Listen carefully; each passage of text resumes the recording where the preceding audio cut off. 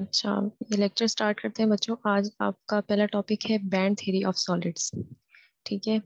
और ये क्या होता है आपके पास, energy band structure of a solid determines whether it is a conductor, insulator और ए सेमीकंडक्टर। ठीक है। तो यहाँ पे आपको बता रहे हैं कि आपके पास जो एक्चुअली बैंड स्ट्रक्चर होगा वही बताएगा कि आपके पास कौन सा मटेरियल जो है वो उसकी कंडक्टिंग प्रॉपर्टी है, सेमी कंडक्टिंग या इंसुलेटिंग प्रॉपर्टीज है। ठीक है। No property of solid varies as widely as their ability to conduct electric current. Copper, a good conductor, has a resistivity this at room temperature, whereas for quartz, a good insulator, this more than 25 power of 10 greater. The existence of electron energy band in a solid make it possible to understand this remarkable span. ठीक है। अभी इसमें क्या बात वो बता रहे हैं आपको, जो इन्होंने अभी रेंज बताई हुई है इसमें आपको बता रहे हैं कि नॉर्मली तो हम यही कहते हैं कि आपके पास कंडक्शन एक ही प्रोसेस के थ्रू हो रही होगी कि चार्जेस का फ्लो होगा और उसी को हम देख रहे होंगे। ठीक है। No property of solid varies as widely, यानी ज्यादा वेरी नहीं करता, हर एक में एक ही चीज फॉलो हो रही होती है। ठीक है। कि करंट कैसे फ्लो करना है। फिर उन्होंने देखा कि कुछ मटेरियल जैसे कॉपर में देखा तो उसकी रेजिस्टिविटी आपके पास 10⁻⁻8 में आ रही है, माइनस में, यानी इतनी कम रेजिस्टिविटी है इसकी एट रूम टेम्परेचर। और क्वार्ट्ज एक मटेरियल देखा, उसकी रेजिस्टिविटी 10⁻17 थी, यानी अब 10⁻25 टाइम्स इससे क्या हो रही है, ग्रेटर हो रही है जो कॉपर है। ठीक है। तो existence of electron energy band in solids make it possible to understand this remarkable span। तो ये देखा कि ये डिफरेंस क्यों है कि एक सॉलिड मटेरियल जो है उसमें इतनी कम रेजिस्टिविटी है और एक जो है उसमें इतनी ज्यादा है। तो इनमें ये जो डिफरेंस है ये हमें कैसे पता चलेगा, ये एक्चुअली डिफरेंस क्यों होता है। तो ये यहाँ पे आपको यही बता रहा है, existence of electron energy bands in solid make it possible to understand this remarkable span. वो हमें बताएगा कि एक्चुअली इनमें डिफरेंस आया क्यों। There are two ways to consider how energy band arises. The simplest is to look at what happened to the energy level of isolated atom as they are brought close and closer together to form a solid. We will begin in this way and then examine the significance of energy bands. Later, we will discuss origin of energy band in terms of restriction of periodicity of crystal lattice imposes in motion of electron. ठीक है। सबसे पहले तो हम ये देख रहे हैं कि हमारे पास एक्चुअली अभी हमने देख लिया कि रेजिस्टिविटी में डिफरेंस आ रहा है। तो ऑफ कोर्स कंडक्टिविटी जो है वो रेजिस्टिविटी से इनवर्सली प्रोपोर्शनल है, तो उनका आपस में भी लिंक होगा। तो वहां से पता चल रहा है कि कुछ मटेरियल है इनकी कम है कुछ ज्यादा है। तो ये सारी जो है हमें बात पता चलेगी जब हम देखेंगे कि बैंड्स कैसे बनते हैं। और बैंड्स बनने के भी दो तरीके होते हैं यहाँ पे, उन्होंने आपको बता दिया। पहला तरीका ये होगा जो आप एफएससी में भी पढ़ चुके हो कि जब कभी हम किसी सॉलिड एटम की बात करते हैं, बैंड तभी बनेगा ना जब, मैंने आपको पहले भी बताया था कि मटेरियल जो होता है वो किसी एक एटम से मिलके तो बनेगा नहीं, बहुत सारे एटम्स होंगे और जब वो एटम एक दूसरे के साथ क्लोज होंगे तो वो क्या बनाएंगे, एक सॉलिड बनाएंगे, कोई एक मटेरियल बनाएंगे। ठीक है। तो तब उनके बैंड्स बनेंगे। ठीक। और वो हम देखेंगे अभी एनर्जी बैंड्स उनके कैसे बनेंगे। सिमिलरली हम एक इस पॉइंट से देखेंगे कि जब एटम्स क्लोज होते हैं और बैंड्स कैसे बनते हैं और उसकी क्या सिग्निफिकेंस है।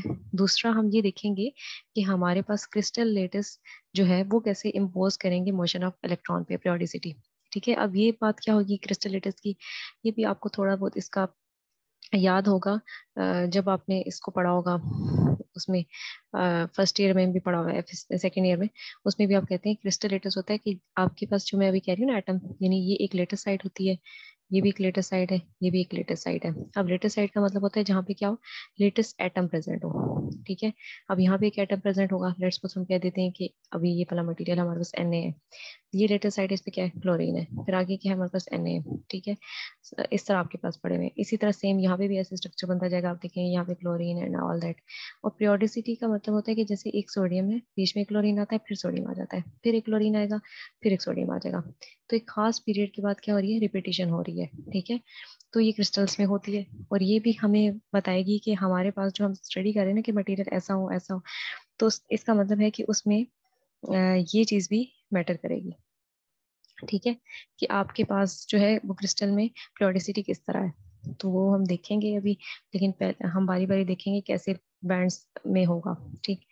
The atoms in every solid, not just in metal, are so near one another that their valence electrons wave functions overlap. ठीक है, अब कह रहे हैं कि आपके पास ना सिर्फ मेटल्स के केस में बल्कि आप किसी भी सॉलिड की अगर बात कर लेंगे तो उसमें क्या होगा, जो आपके पास एटम्स होते हैं वो बहुत क्लोज होते हैं। ठीक है, वो इतने एक दूसरे के साथ क्लोज होते हैं। अब एटम्स में हमने पढ़ा हुआ है, आपके पास क्या होता है एटम्स में, हम कहते हैं कि हमारे पास शेल्स होते हैं। ठीक है, अब एक एटम ये है, ये है, तो ये एक दूसरे के बहुत क्लोज होते हैं, इतना क्लोज होते हैं कि आपस में क्या करना शुरू कर देते हैं, ये ओवरलैप करना शुरू कर देते हैं। ठीक है, और सिर्फ ये मेटल के केस में नहीं, मतलब ऑल एटम्स के केस में हो रहा है। Result when two hydrogen atom are bound together, the or original one s wave function can combine to form symmetric or anti-symmetric joint wave function। अब तो हमें थोड़ी सी इसकी ये समझ भी आ गई, क्योंकि हम चैप्टर में पढ़ चुके हैं कि जब हमने हाइड्रोजन हाइड्रोजन दो करीब लाए थे उनमें भी ये हुआ था कि उनकी वन एस जो वेव फंक्शन है वो आपस में कंबाइन हो जाते थे। ठीक है, और अब फिगर 8.5 और 8.6 जो है वो आप देख लीजिएगा। The splitting of one s energy level in isolated hydrogen atom to two level. ठीक है, यानी दो हाइड्रोजन एटम मिलते हैं और उनका जो वन एस एनर्जी लेवल होता है वो भी क्या करता है, टू लेवल्स में जाता है। ई टोटल में यानी एंटी सिमेट्रिक, और ई सिमेट्रिक टोटल में आ जाता है। ठीक है, अब उसमें देखें कि आपके पास एक ही मतलब एक ही तरह के दो आइटम थे, दो करीब लेके आए, उनके शेल्स आपस में ओवरलैप किए, और ओवरलैप करने के बाद एक माइनस एनर्जी लेवल ही था, लेकिन वो भी क्या कर गया, मजीद स्प्लिट हो गया, डिफरेंट लेवल्स पे आ गया। ठीक है, the greater the number of interacting atoms, the greater the number of levels produced by mixing of their respective valence wave function। अब इसी तरह जैसे मैंने आपको यहाँ पे दो एटम्स का बताया। ठीक है, और अब आपको पता है कि जब मटेरियल कोई होता है तो वो एक एटम उसमें कभी भी या दो नहीं होते, बहुत सारे होते हैं। तो जितने एटम्स इंटरेक्ट करेंगे उतने आपके पास क्या होंगे, लेवल्स मिक्स होंगे। ठीक है, चाहे जैसे वन एस एक ही एनर्जी लेवल था, मतलब वन एस था, वो स्प्लिट करके मजीद उसके लेवल बना रहा है, इस तरह मिक्सिंग लेवल वे फंक्शन होंगे। ठीक है, in solid because the splitting um, into many levels as there are atoms present, nearly 10 is to power 23 in a cubic centimeter of copper, for instance, the levels are so close together that they form an energy band that consists of a virtually continuous spread of permitted energy. The energy bands of solid, the gaps between them, and the extent to which they are filled by electrons not only govern the electrical behavior of the solid but also an important bearing on other properties। अच्छा, अब इसमें हुआ क्या, इसमें हमने देख लिया कि आप जो है यहाँ पे आपको वही बात बता रहे हैं जो मैं आपको बता रही थी कि आपके पास उन्होंने क्या बात बताई कि जो है हाइड्रोजन एटम, जैसे हमने देखा कि आपके पास जो एटम्स थे, ये नहीं, पहले सिर्फ दो एटम का हमने कहा कि कंबाइन हुए। ठीक है, और उनके वन एस ऑर्बिटल्स एक दूसरे के साथ कंबाइन हुए, और फिर वो भी स्प्लिट करके क्या हो गए, उनके लेवल्स बन गए, टू लेवल्स बन गए। ठीक है, अब हमने कहा कि जितने ज्यादा एटम होंगे उतने ज्यादा क्या होंगे, लेवल्स होंगे। ठीक है, और फिर हम ये कह रहे हैं कि कुछ जो लेवल्स होते हैं वो भी बड़ी क्लोजली स्पेस्ड होते हैं, एक दूसरे से बहुत ज्यादा करीब होंगे। ठीक, अब ये इतने ज्यादा करीब होंगे एक दूसरे के साथ कि इसको आप कह देंगे कि ये एक बैंड बन जाएगा। ठीक है, जिसको हम कह देंगे कि हमारे पास क्या है, कंडक्शन बैंड है। फिर हम नीचे कह देते हैं वैलेंस बैंड आ जाता है, फिर उससे नीचे वाला जो होगा वो भी क्या होगा हमारे पास, ये वैलेंस बैंड होगा, और ये हमारे पास क्या आ जाएगा, बैंड गैप। यहाँ पे इसमें लेवल नहीं होंगे, ये हमारे पास होगा बैंड गैप। ठीक है, और इसको ईजी से रिप्रेजेंट करते हैं। ठीक, अब ये वैलेंस बैंड है, इसमें भी बहुत सारे लेवल्स होंगे जो बहुत क्लोजली स्पेस्ड होंगे और कॉन्टिन्यूस यानी एक साथ दिखते हैं, हमें अलग अलग पता नहीं चल रहा होता कि डिस्क्रीटनेस जैसे कहते हैं, इस तरह नहीं पता चल रहा होगा, बल्कि क्लोज होंगे। सिमिलरली आपको कंडक्शन बैंड में भी ये लेवल्स क्या हो जाएंगे, क्लोज होंगे, और ये बनते कैसे हैं, स्प्लिटिंग से। ठीक है, ये तो आपने अभी देख लिया कि क्या बन रहे होते हैं, स्प्लिटिंग से बन रहे होते हैं। और इस तरह से आपके पास ये बैंड्स बन जाएंगे, और यहाँ पे आप आपको बता रहे हैं कि बैंड्स सिर्फ जो है वो आपको इलेक्ट्रॉन फीलिंग के हिसाब से उनकी इंपॉर्टेंस नहीं होगी, बल्कि उनकी इंपॉर्टेंस क्या होगी, other property, electrical property, optical, मतलब आगे आप डिस्कस करेंगे, बहुत सारी होंगी, तो उन उसके हिसाब से भी उनकी प्रॉपर्टीज जो होंगी वो कम या ज्यादा होंगी। और उसके लिए भी जरूरी है कि हमें बैंड्स का पता हो कि इसमें कौन से किस तरह के बैंड बन रहे हैं। ठीक, अच्छा, फिर उसके बाद आपको जो हमने बैंड बना लिए उसमें जो है क्या होगा, कुछ बैंड्स की बेस पे हम कहेंगे कि कुछ कंडक्टर हैं। वैसे कंडक्टिंग हमने ये भी देखा, पहले ही हम पढ़ चुके हैं कि जिनमें अच्छी प्रॉपर्टी होती है कंडक्शन की, वो कंडक्टर होते हैं, रेजिस्टिविटी कम होती है। ठीक है, अब बैंड्स के अकॉर्डिंगली देखेंगे तो उसमें क्या होगा, मैंने आपको क्लास में भी थोड़ा सा इसका बताया था कि आपके पास जैसे हम अगर बैंड बनाए, ये आपके पास लेट्स सपोज क्या है, कंडक्शन बैंड है। ठीक है, और वैलेंस बैंड आपके पास नीचे होता है, जनरल ये स्ट्रक्चर होता है। ठीक है, और यही आपने एफएससी में भी पढ़ा हुआ है, वैलेंस बैंड और कंडक्शन बैंड के बीच में बैंड गैप जो है वो बहुत कम हो, बहुत कम हो, तो वो आपके पास मटेरियल क्या होते हैं, कंडक्टर्स होते हैं। ठीक है, अब हम इसको देख भी लेते हैं बुक में क्या लिखा हुआ है। Figure 10.20 shows the energy levels and band in sodium। अच्छा, 10.20 आपके पास ये वाली फिगर है। ठीक है, energy of sodium atom becomes band as the intermolecular distance decreases, यानी उनके बीच का डिस्टेंस जो है वो डिक्रीज हो रहा है। The observe inter nuclear distance in solid sodium is this, आपके पास ये आ रहा है। ठीक है, अब इसके ये बैंड्स बने हुए हैं, ये आपको नजर आ रहे होंगे। ठीक है, इसमें आप देखेंगे कि आपके पास ये 2p है आपके पास, और ये 3s 3p और 4s 3d ये सब बने हुए हैं। ठीक है, अब इसको किताब से देख भी लेते हैं। Energy levels and band sodium, the 3s level in the first occupied level to broaden to a band. अब आपके पास 3s सबसे पहला बैंड आपके पास क्या बना हुआ है, यहाँ पे 3s बना हुआ है। ठीक है, the lower 2p level does not begin to spread out until a much smaller internuclear distance become because uh, the 2p wave function are closer to the nucleus, there are the 3s wave function। ठीक है, अब आपको बता रहे हैं कि आपके पास ये 2p हुआ। ठीक है, और ये इतना आपके पास क्या कर रहे हैं, वेव फंक्शन जो है वो उस तरह बैंड नहीं बना रहा जैसे ये 3s ने बनाया। ठीक है, ये आगे 3p या ये सोन जा रहे हैं आपके पास। ऐसा क्यों है, क्योंकि आपके पास जो 2p होता है वो क्या है, वो न्यूक्लियस के करीब है, न्यूक्लियस के करीब अट्रैक्शन है उसकी, तो वो ओवरलैपिंग जो आउटसाइड हो रही है ना शेल्स की, और स्प्लिटिंग हो रही है, तो उसमें वो पार्टिसिपेट इतना नहीं कर रहा जितने कि बाकी कर रहे हैं। एवरेज 3s से कर रहे हैं, 3s से ऊपर जो है वो बैंड बना रहे हैं। The average energy in this band drop at first signifies attractive forces between the atoms. अब 3s इसलिए कर रहा है क्योंकि उसका एक एटम का दूसरे एटम के साथ जो आपका 3s वाला लेवल होगा उसमें क्या होगी, अट्रैक्शन होगी, अट्रैक्टिव फोर्सेस होंगी, तभी वो एक दूसरे के साथ क्या करेंगे, ओवरलैप करेंगे। The actual internuclear distance in solid sodium corresponding to the minimum average 3s electron energy. An electron in solid can have energy that fall within its energy band.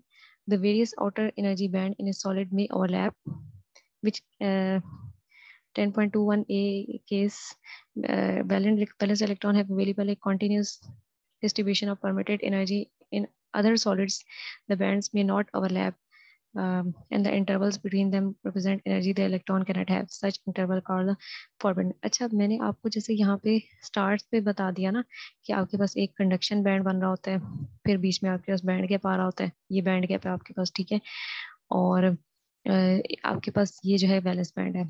Actually होता क्या है आपके पास, ये जो हमने बैंड्स बनाए ये भी इनके कॉरेस्पॉन्डिंगली भी क्या होती है, खास एनर्जी होती है। ठीक है, इसका मतलब है यहाँ पे आपके पास कोई क्या होगी, एनर्जी की वैल्यू होगी, और यहाँ पे भी क्या है, एनर्जी की वैल्यू है। तो ये एनर्जी की वैल्यू ही, और ये गैप होता है, गैप का भी मतलब होता है कि इतनी एनर्जी। अब ये इसका मतलब होता है कि अगर किसी को इलेक्ट्रॉन को जंप करके बैलेंस से कंडक्शन बैंड में जाना है। अब आपको पता है कंडक्शन बैंड का क्या मतलब होगा, कि अगर हमने कोई भी मटेरियल लगाया हुआ है और वो कंडक्शन में पार्टिसिपेट कर रहा है, तो उसका कौन सा बैंड एक्टिव होगा, कंडक्शन बैंड एक्टिव होगा। ठीक है, अब वैलेंस बैंड से इलेक्ट्रॉन जो है वो अगर कंडक्शन बैंड में जाना चाहते हैं, तो उसको भेजने के लिए क्या करना पड़ेगा, जितने बैंड गैप है उसकी उतनी एनर्जी उसे मिलेगी, तो वो इलेक्ट्रॉन जंप करके ऊपर जाएगा, energy in form of photon. ठीक है, तो वो क्या करेगा, जंप करके ऊपर जाएगा। अब वो एनर्जी कैसे मिलेगी उसको, ठीक, वो तो डिफरेंट तरीके हैं, उन तरीकों से मिल सकती है। लेकिन ये जो बैंड गैप है, अब ये भी डिपेंड करता है, ये भी स्पेसिफिक होता है, हर मटेरियल का क्या होगा, स्पेसिफिक होगा। यानी आप रैंडमली नहीं कह सकते कि इतना कम या ज्यादा, इसकी क्या होगी, प्रॉपर कोई ना कोई एनर्जी वैल्यू होगी जो आपको बता रहे हैं। ठीक है, तो इतनी होगी तभी वो कंडक्शन में पार्टिसिपेट कर पाएंगे।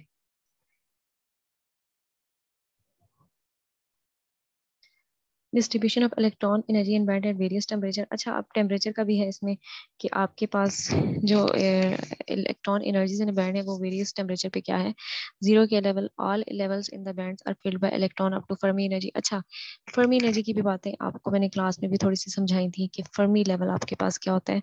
फर्मी लेवल आपके पास ऐसा लेवल होता है जो कि क्या करता है, कि फिल्ड स्टेट और अनफिल्ड स्टेट को डिफ्रेंशिएट करेगा।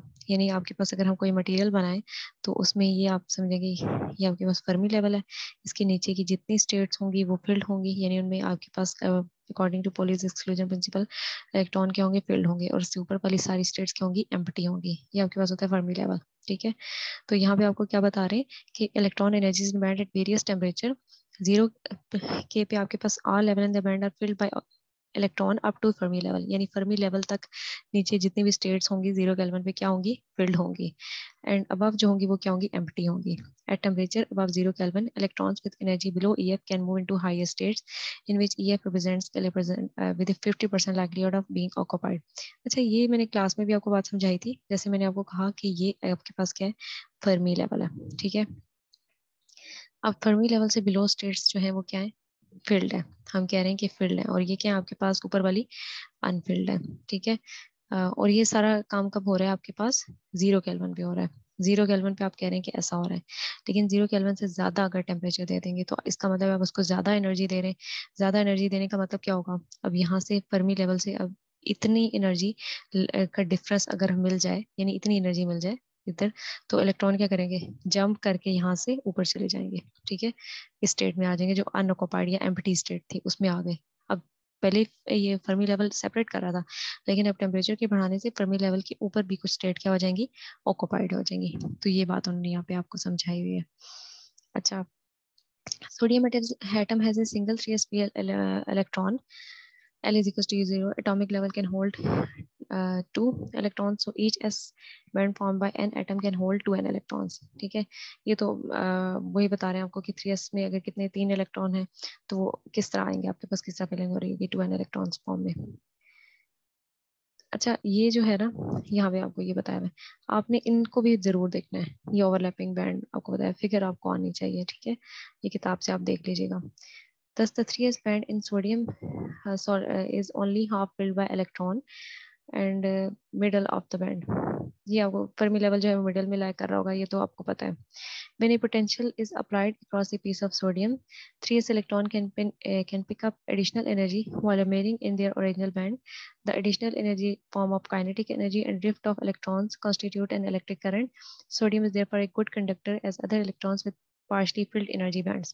ठीक है, अब आपके पास सोडियम की क्या बात है, पार्शली फिल्ड जैसे आपके ओवरलैपिंग हो रही है, तो उसमें आपको क्या कह रहे हैं कि जब आप पोटेंशियल देंगे यानी बैटरी के साथ कनेक्ट करेंगे तो बैटरी भी क्या देगी, पोटेंशियल देगी. पोटेंशियल की वजह से इलेक्ट्रॉन को क्या मिलेगी, एनर्जी मिलेगी, काइनेटिक एनर्जी मिलेगी, ड्रिफ्ट मिलेगा. तो जब काइनेटिक एनर्जी मिलेगी तो इलेक्ट्रॉन क्या करना चाहेंगे, वो मूव करना चाहेंगे. ठीक है, और इसका मतलब है कि सोडियम जो है हमारे पास क्या है, गुड कंडक्टर है. ये फिर आपके पास जैसे सोडियम को हमने डिस्कस किया, ये मैग्नीशियम को देखा है का है केस है. ठीक है, तो ये आप इसको देख लीजिएगा, इसमें भी ये इसके जितनी इलेक्ट्रॉनिक कॉन्फ़िगरेशन है और उसका केस में ये बातें सारी बताई हैं कि वो कैसे ओवरलैप हो रही होंगी और कैसे गुड कंडक्टर होगा. अब आपको जो पेपर में आ सकता है वो सोडियम के एग्जाम्पल भी आ सकती है, डायरेक्ट छोटा सा क्वेश्चन आ जाए कि सोडियम कैसे गुड कंडक्टर है और मैग्नीशियम कैसे गुड कंडक्टर है, ये भी आ सकता है आपको. ठीक है, तो ये आपने देख लेना है. इसके बाद आपके पास क्या, इंसुलेटर. अच्छा, इंसुलेटर के केस में क्या होता है, इंसुलेटर के केस में इन जनरल अगर बात करें, जैसे मैंने आपको कहा, एक आपके पास यहाँ पे बैलेंस बैंड कंडक्शन बैंड है, और फिर आपके पास आता है बैंड गैप, और फिर आपके पास क्या आता है, बैलेंस बैंड. ये आता है, सिंपल कॉन्सेप्ट है इसका, कि आपके पास यहाँ पे बैंड गैप बहुत ज्यादा होता है. बैंड गैप क्या होता है, बहुत ज्यादा होता है. यहाँ से इलेक्ट्रॉन का जंप करके ऊपर जाना पॉसिबल नहीं होता, क्योंकि इतनी ज्यादा एनर्जी आपको चाहिए होती है. ठीक है, तो इसलिए इसमें जो है ना एनर्जी बैंड गैप बहुत ज्यादा रेंज होती है. तो ऐसे मटेरियल्स को हम क्या कहते हैं, इंसुलेटर्स होते हैं. अब इंसुलेटर्स की एग्जांपल भी उन्होंने बता दी कि आपके पास carbon atom 2p shell contains only 2 electrons. अब 2p शेल में आपके पास इलेक्ट्रॉनिक कॉन्फ़िगरेशन अब बच्चे रिवाइज करके हर एक के लिखिएगा. ठीक है, तभी आपको ये सारे केसेस जो है वो क्या करेंगे, इजिली अंडरस्टैंडिंग होगी. उसमें आपको क्या कह रहे हैं कि 2p shell contains only 2 electron करेगा. Because a p shell can hold 6 electrons, we might think that carbon is a conductor just as sodium is. What actually happened, although 2s2p bands that form when carbon atoms come together overlap at first, at smaller separations combined bands into two bands, each able to contain 4 electrons. Because a carbon has 2s and 2p electrons in diamond, there are 4 in. अच्छा, आपको पता है जो ये diamond होता है, आपने इसको भी पढ़ा होगा कि ये भी एक कार्बन का ही होता है, बस इनका स्ट्रक्चर थोड़ा डिफरेंट होता है, तो इसीलिए इनकी प्रॉपर्टीज जो है वो डिफरेंट हो जाती हैं. ठीक है, तो अभी पहले उन्होंने 2p इसका कार्बन का बताया कि कार्बन आपके पास उसकी कॉन्फ़िगरेशन कैसे हो रही है, उसकी बैंड्स कैसे बन रही हैं. फिर उसके बाद वो किसकी बता रहे हैं आपको, डायमंड की बता रहे हैं. ठीक है, that completely field the lower valence band. The empty conduction band above the valence band is separated from its forbidden band gap 6 electron volt.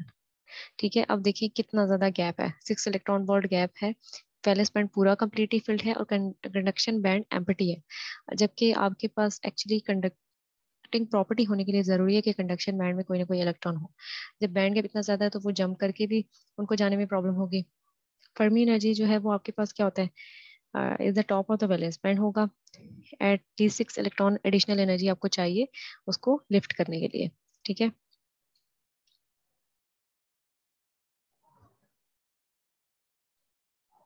ये आपको ये डायमंड का बताया हुआ है। ठीक है, कि इतना ज्यादा गैप है ये चाहिए। और ये आपके पास सेमी कंडक्टिंग मटेरियल का, ये आगे आप पढ़ेंगे उसमें आप देखें इसमें इतना ज्यादा बैंड गैप है, ऐसे आपको शक रहा है और यहाँ पे ओवरलैपिंग हुई भी है कि कंडक्शन बैंड भी एम्प्टी नहीं है, पार्शली फिल्ड है, वैलेंस बैंड भी पार्शली एम्प्टी है और बीच में फर्मी लेवल लाई कर रहा है। ठीक है, तो यहाँ पे जंप करना इलेक्ट्रॉन्स के लिए इजीली ये सेमी कंडक्टिंग मटेरियल है। ठीक है, सेमीकंडक्टिंग का फिगर से मैंने आपको थोड़ा बता दिया, बाकी आप इसको खुद देख लीजिएगा। अच्छा, सेमीकंडक्टिंग मटेरियल जो होते हैं ना उसमें भी आपके पास टाइप्स हैं। ये भी आप एफएससी से पढ़ते आ रहे हो। आपके पास उस दिन भी हमने डिस्कस किया था, डोनर इम्प्योरिटी लेवल होता है और एक्सेप्टर। डोनर वो क्या होता है, जैसे सिंपल आप कोई ले सिलिकॉन और जर्मेनियम, तो उनके ऑर्डर मोस्ट में होते हैं इलेक्ट्रॉन। उनके जो है ना शेल कंप्लीट करने के लिए आपको क्या चाहिए होगा, कोई इम्प्योरिटी चाहिए होगी। ठीक है, यानी कोई और आइटम चाहिए होगा जिसको हम इम्प्योरिटी कहेंगे। तो वो अगर पेंटावेलेंट इम्प्योरिटी ऐड करेंगे तो एक इलेक्ट्रॉन एक्स्ट्रा होगा, वो आपके पास क्या आ जाएगा, डोनर। और जब आपके पास ट्राइवेलेंट इम्प्योरिटी रहेंगे तो वो आपके पास क्या होगी, एक्सेप्टर। ठीक, वही जो आपने पढ़ा हुआ है। ठीक है, अब इसमें सारी वही बातें डोनर लेवल और ये सारी बातें कीमिया जो आपने एफएससी लेवल पर पढ़ी हुई है, तो वो आप इसमें देख लीजिएगा बच्चों।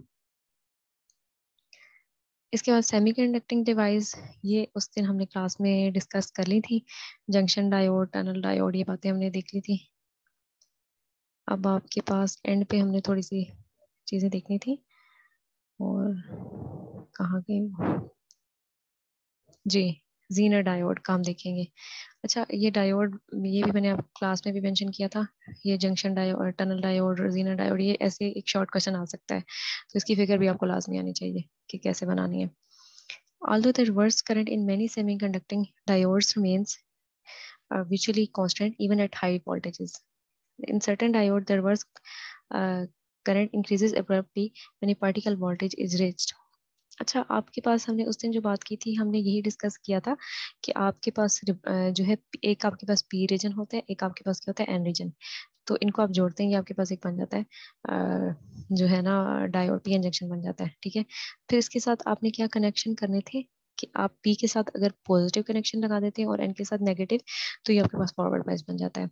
और फॉरवर्ड बाइस में आपके पास करंट फ्लो करना भी इजी है। ठीक है, हमने यहाँ पे देखा था कि आपके पास क्या होगा, यहाँ पे नेगेटिव आयंस आ जाते हैं और यहाँ पे पॉजिटिव, ये पोटेंशियल बैरियर होता है। ठीक है, और इस सब में आपके पास पी रीजन में मेजोरिटी चार्ज कैरियर होल्स होंगे और एन रीजन में इलेक्ट्रॉन्स होंगे। तो एन में इलेक्ट्रॉन्स हैं और आपने इसके साथ नेगेटिव टर्मिनल लगा दिया, पी के होल्स हैं और जो कि पॉजिटिव होते हैं और बैटरी का पॉजिटिव लगा दिया, तो वो करंट के फ्लो करने में ईजी हो जाता है। ईजी ऐसे हो जाता है कि बैटरी भी एक पोटेंशियल है, पोटेंशियल मिल रहा है उनको, और वो ऑलरेडी पॉजिटिव है, तो वो उसको पुश करने का और वो आगे जम करके मतलब बैरियर को क्रॉस कर जाएंगे। ठीक है, लेकिन और करंट फ्लो होगा और हैवी मतलब large amount of current flow कर रहा होगा। लेकिन इसके बरक्स अगर आप जो है वो करेंगे, इसको हम कर लेते हैं, अम, कैसे होगा। अच्छा, इसके बरक्स अगर हम कर देते हैं इसको नेगेटिव पी को और एन को हम कर देते हैं पॉजिटिव के साथ, तो ये आपके पास आ जाता है रिवर्स बाइस। ठीक है, और रिवर्स बाइस के केस में आपके पास क्या होता है, रिवर्स बाइस के केस में आपके पास कौन सा करंट फ्लो करेगा। अब जैसे मैंने कहा था ना कि पी को अगर मैं पॉजिटिव के साथ करूंगी तो पुश करेगा उनको, तो वो आगे उनका क्रॉस करना इजी है, या आप नेगेटिव को एन के साथ करेंगे वो भी इजी है। लेकिन अब इस केस में आपके पास पॉजिटिव को हमने किसके साथ कर दिया, एन के साथ। ठीक है, तो यहाँ पे तो इलेक्ट्रॉन्स हैं और ये पॉजिटिव है, तो ये तो उसको जाने में डिफिकल्टी करेगा। तो रिवर्स बाइस में आपके पास इसको क्रॉस करंट का ना, नॉर्मल करंट का फ्लो करना मुश्किल हो जाता है। लेकिन आपके पास होता क्या है, आपके पास होता है ये कि एन रीजन में जब number of electrons majority charge carrier है, हम जब ये टर्म यूज करते हैं हम कहते हैं मेजोरिटी चार्ज कैरियर। तो इसका मतलब होता है कि अगर हमें मैं अगर ये एन बनाऊं, इसमें मेजोरिटी चार्ज कैरियर क्या है, अभी इलेक्ट्रॉन्स है हम कहते हैं। ठीक है, लेकिन कोई इम्प्योरिटी एटम बीच में छोटे छोटे यहाँ पे पॉजिटिव भी बहुत कम होंगे, लेकिन होंगे बीच में। ठीक है, मेजोरिटी यानी ज्यादा तो इसमें इलेक्ट्रॉन्स हैं, लेकिन एक तो बीच में क्या है, आपके पास पॉजिटिव चार्ज कैरियर भी है। ठीक है, तो यहाँ पे आप इलेक्ट्रॉन का क्रॉस करना तो मुश्किल हो गया है, क्योंकि ये पॉजिटिव है और इलेक्ट्रॉन भी नेगेटिवली चार्ज है, तो वो तो इससे अट्रैक्ट हो रहे हैं, वो तो पुश होके आगे तो नहीं जाएंगे। जबकि आपके पास जो होल्स हैं, जो बीच में पॉजिटिव हैं, जो कि बहुत थोड़े हैं, उनका क्या हो जाएगा, उनको इस पॉजिटिव होने की वजह से पुश मिलेगा और वो क्रॉस कर जाएंगे। सिमिलरली आपके पास पी रीजन में भी ऐसा ही हो रहा होगा। तो आपके पास रिवर्स डायरेक्शन में भी करके एक करंट फ्लो कर रहा होता है, जो कि बहुत कम होता है, लेकिन एक्चुअली वो होता है। ठीक है, उसको हम कहेंगे कि रिवर्स डायरेक्शन में भी करंट हो रहा होता है। Although the reverse current in many semiconductor diodes remains virtually constant even at high voltages। अच्छा, और वो क्योंकि चार्ज कैरियर कम है, तो आप बेशक वोल्टेज बढ़ाते जाएं, बहुत ज्यादा करते जाएं, जब चार्ज कैरियर ही नहीं है, मतलब कम है, तो वो कितने फ्लो कर लेंगे। तो इसलिए reverse current mostly semi conducting devices में क्या होता है, कांस्टेंट होता है। In certain diode, the reverse current increases abruptly when a particle voltage is reached। और कह रहे हैं कुछ ऐसे डिवाइसेस होते हैं जिसमें रिवर्स करंट एब्रप्टली यानी अचानक से जाके क्या करता है, इंक्रीज कर जाता है। ठीक है, such diodes are called Zener diode and are widely used in voltage regulation circuits. अब आप देखिए, मैंने आपको अभी समझाया कि नॉर्मली ऐसा नहीं होता, मैंने जो आपको भी सारा केस समझाया था वो नॉर्मली बताया था। ठीक है, जिसमें मैंने कहा कि रिवर्स करंट बड़ा कम रहता है, लेकिन यहाँ पे आपको क्या बता रहे हैं कि कुछ ऐसे भी हैं जिनमें रिवर्स करंट क्या हो जाएगा, बहुत ज्यादा हो जाएगा, एब्रप्टली यानी एकदम इंक्रीज कर गया। ठीक है, और ऐसे डिवाइसेस का नाम क्या होता है, जीनर डायोड होता है। टू मैकेनिज्म यहाँ पे कंट्रीब्यूट कर लेंगे, करे होंगे कि एक्चुअली आपके पास क्या हो रहा है। एक आपके पास एवलांच मल्टीप्लिकेशन अगर when electron near the junction is sufficiently accelerated by electric field to ionize atom, it collide, thereby creating fresh electron hole pair. The new electron in their turn continue the process to produce a flood of charge carrier in the diode। ठीक है, तो उसमें क्या हो रहा है, उसमें हो ये रहा है कि आपने बैटरी जो दी हुई है वोल्टेज उसकी बढ़ा रहे हैं, बेशक आपने रिवर्स में ही लगाई हुई है। ठीक है, तो जब बैटरी देखिए आप बहुत ज्यादा बढ़ा रहे हैं, तो आपके पास जो जंक्शन के करीब इलेक्ट्रॉन है, ठीक है, अब आपके पास जंक्शन क्या बन रहा था, जंक्शन तो आपके पास जो है वो यही बनता है ना, यानी आप अगर इनको ऐसे ज्वाइन करें, ये पी रीजन है और ये क्या है आपके पास एन रीजन है, ये आपके पास जंक्शन बना था, यहाँ पे आप कहते थे नेगेटिव है या, और ये आपके पास पॉजिटिव है। तो जंक्शन के कह रहे हैं कि करीब जो इलेक्ट्रॉन होंगे, जो यहाँ पे इलेक्ट्रॉन होंगे, वो जाके क्या करेंगे, इस बेरी के साथ टकराएंगे। टकराने के बाद क्या करेंगे, एक तो ये भी इलेक्ट्रिक फील्ड डेवलप हो रही है। इलेक्ट्रिक फील्ड क्या होती है आपके पास, जब भी पॉजिटिव और नेगेटिव चार्जेस हो, तो आपके पास पॉजिटिव से नेगेटिव एक फील्ड डेवलप हो जाती है, जिसे आप कहते हैं इलेक्ट्रिक फील्ड। वो क्या करेगी, आयनाइज एटम, यानी इसके करीब जो और भी एटम होंगे जो ऐसे रह गए थे, चार्ज कैरियर तो थे आपके पास पॉजिटिव नेगेटिव, कुछ एटम ऐसे रह गए थे, उनको नॉकआउट कर दिया उसने, आयनाइज कर दिया, और मजीद इलेक्ट्रॉन और होल पेयर क्रिएट हो जाएंगे। तो और मजीद अगर एटम्स में इलेक्ट्रॉन होल पेयर हो जाएंगे तो क्या होगा, जैसे मैंने आपको कहा यहाँ पे वैसे नॉर्मली क्या होते हैं, ज्यादा इलेक्ट्रॉन होंगे, एनर्जन है, और बीच में कोई एक तो क्या होंगे, होल होंगे। लेकिन जब इलेक्ट्रॉन टकराया, जो न्यूट्रल एटम्स थे बीच में प्रेजेंट, तो उसने क्या किया, उसने मजीद क्या कर दिया, इलेक्ट्रॉन भी क्रिएट कर दिए और होल भी क्रिएट कर दिए, मजीद इलेक्ट्रॉन होल क्या हो गए, यहाँ पे क्रिएट हो गए। अ, इस और जब न्यू होल्स आ जाएंगे, तो पोटेंशियल हमने यहाँ पे वैसे ही लगाया हुआ था, और यहाँ पे हमने उल्टा लगाया हुआ था कि एन के साथ हमने पॉजिटिव, और नेगेटिव हमने जो है वो पी के साथ लगाया हुआ था। तो पॉजिटिव अगर मजीद यहाँ पे और आ गए, दो के बजाय 4 हो गए, 5 हो गए, तो करंट क्या कर जाएगा, मजीद इंक्रीज हो जाएगा। ठीक है,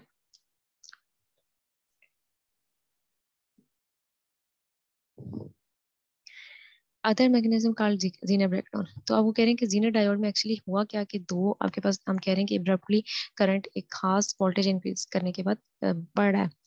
तो एक तो हमने अभी रीजन बता दी कि एवलांच मल्टीप्लिकेशन है। ठीक है, अब आपको क्वेश्चन डायरेक्ट जीनर डायोड का भी आ सकता है, एवलांच मल्टीप्लिकेशन का भी पूछ सकते हैं, प्लस आपको जीनर ब्रेकडाउन का भी पूछ सकते हैं। तो जीनर ब्रेकडाउन आपके पास क्या है, involve the tunnelling of valence band electron on the p side of the junction to conduction. These electrons do not have energy to first enter the conduction band on the p side. Such tunneling in the opposite direction to the occur in the tunnel diode. Zener breakdown can occur in heavy doped diodes at voltages 6 volt or less. In light doped, necessary voltage is higher at avalanche multiplication then process achieve. अच्छा, दूसरा process उन्होंने, जैसे आप tunnel diode में भी आपके किया था कि बार बार इलेक्ट्रॉन टकरा के, जैसे मैंने आपको पहले बता दिया था कि हमारे पास जो जंक्शन बन रहा होता है ना, उसमें क्या होता है, उसमें आपके पास ये आयंस आ रहे होते हैं। ठीक है, और आयंस क्या करेंगे, आयंस रोकेंगे चार्ज कैरियर को मूव करने के लिए, जंक्शन बन गया ना, बैरियर बन गया। तो लेकिन ये क्या होंगे, चार्ज कैरियर यहाँ से क्या करते जाएंगे, वैसे तो चार्ज कैरियर के लिए क्रॉस करना मुश्किल है क्योंकि यहाँ से इधर तो पहुंच जाएगा, लेकिन आगे क्या है, नेगेटिव चार्जेस है, ये भी नेगेटिव है, वो तो उसको पुश करेगा, लेकिन बार बार टकरा के टनल करके तो फॉरवर्ड मूव कर जाएगा। तो बैरियर को मूव करना एक्चुअली क्या हो जाएगा, करंट का फ्लो हो जाएगा, ठीक है। तो एक ये प्रोसेस भी हो सकता है, जीनर ब्रेकडाउन हो जाएगा, यानी बैरियर आपका कम होना शुरू हो जाएगा टनलिंग प्रोसेस से। तो जीनर ब्रेकडाउन होगा एक, और एक आपके पास एवलांच मल्टीप्लिकेशन होगा, ये दो रीजन होगी, ठीक है। और फिर आपके पास जंक्शन ट्रांजिस्टर है। जंक्शन ट्रांजिस्टर क्या है, amplify as output voltage is greater than input voltage, जो ट्रांजिस्टर होता है, ठीक है। ये भी आप एफएससी में पढ़ चुकी हो, जिसमें आपने लिखा था इमिटर कलेक्टर एंड आपके पास क्या होता है, बेस होता है। पीएनपी या एनपीएन आपके पास जो होते हैं वो ट्रांजिस्टर होते हैं, ठीक है। इसमें से आप फॉरवर्ड वाइज भी बनाते हैं और आपके पास क्या होता है, रिवर्स वाइज भी होता है, ये आपके पास बना हुआ है फॉरवर्ड वाइज। ठीक हो गया। तो ये तो छोटा सा है, ये आपको देख लीजिएगा, एफएससी का टॉपिक है, पढ़ेंगे आपको समझ आ जाएगी, नहीं आई तो मुझे बताइएगा। फिर एफईटी आपने करना है, ठीक है। और एफईटी भी छोटा सा ही टॉपिक है, अभी यहाँ पे देख लेते हैं। The low input impedance of junction transistors handicap in certain application, ये आप बेशक लाइंस याद ना करिएगा। In addition, it is difficult to incorporate large number of them in and they consume relatively large amount of power. Field effect transistor, चलें जी। N-channel FET consists of block of N-type material with contact each other with a strip of P-type material on one side that is called a gate, ठीक है। और when connected electron move from the source terminal to the drain terminal through N-type channel। अच्छा, इसको भी बेटा आप जो है ना वो देखिएगा FET, क्योंकि अभी यहाँ पे टाइम खत्म होने वाला है मीटिंग का। और FET जो है